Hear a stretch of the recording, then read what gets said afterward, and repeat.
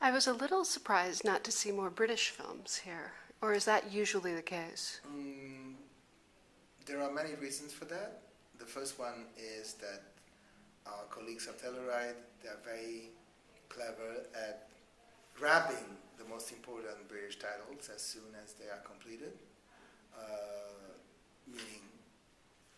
So it's the economics of traveling and going to both No, places no, at once. London to Venice or London to Telluride cannot be compared. But no, it's and also to Toronto. No, it's the Toronto journey. No. It's a very simple reason. I mean, Telluride always happens around Labor Day weekend.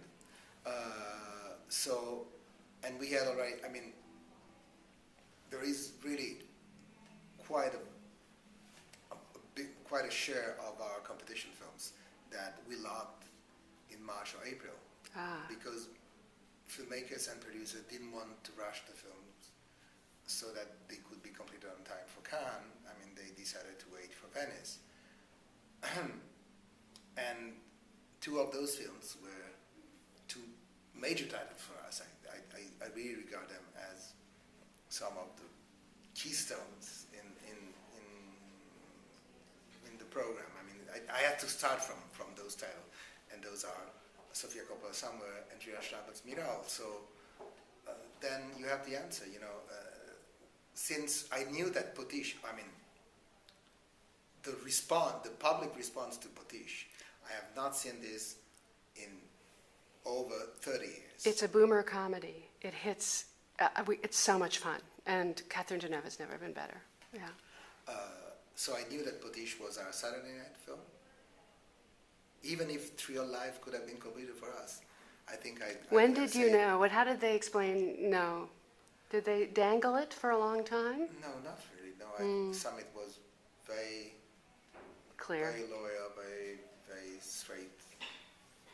They gave us a very straightforward answer. I mean, they are not yet convinced that they have the final cut of the movie. So in that respect, I mean, and so Telluride means that Never Let Me Go. Would then play in Telluride could only play on Thursday, Friday, Saturday. Then you have the answer. I mean, there is a film in Telluride that for which I have a lot of respect, and it's one of the films I was pushing for Venice, The First Grader. Jason Chadwick's The First Grader. It's a major feat of creating an African, even though the director is British and white. I mean it's very much an African film. And it feels like an African film, but has the compelling storytelling of a very well crafted Western film. But it's at the same time it is very African.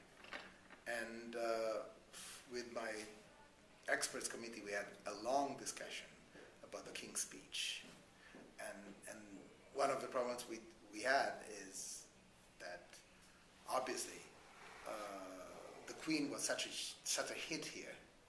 Stephen Frears the hit. Definitely. Stephen Frears the Queen. You launched the Queen from here, no question. That my people say, well, but we already had the Queen. Do we need to go into the and you had a single man of royalty?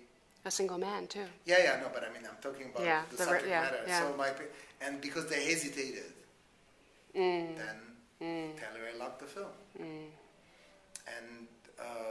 because it is, unfortunately, the same committee that did not allow me to offer competition to Slumdog Millionaire, although, I mean, we talked with Danny Boyle. I mean, he felt he had to show loyalty to Telluride and with 127 hours. Yeah. No, but you have a very strong. But but what happens in Venice, since we're talking about British films, is one of the most amazing British films of the year is here, and has been a totally unprecedented success for a non-linear narrative film, Patrick Killers. I don't know if can you give any material on Patrick Killers Robinson? Yeah. I missed it, obviously. Yeah. not narrate, because we had to add. And I'm leaving too And soon. we had to add. Well, we Yeah. can talk to the producer. Yeah. We can talk to Keith Griffiths and see if he can send you.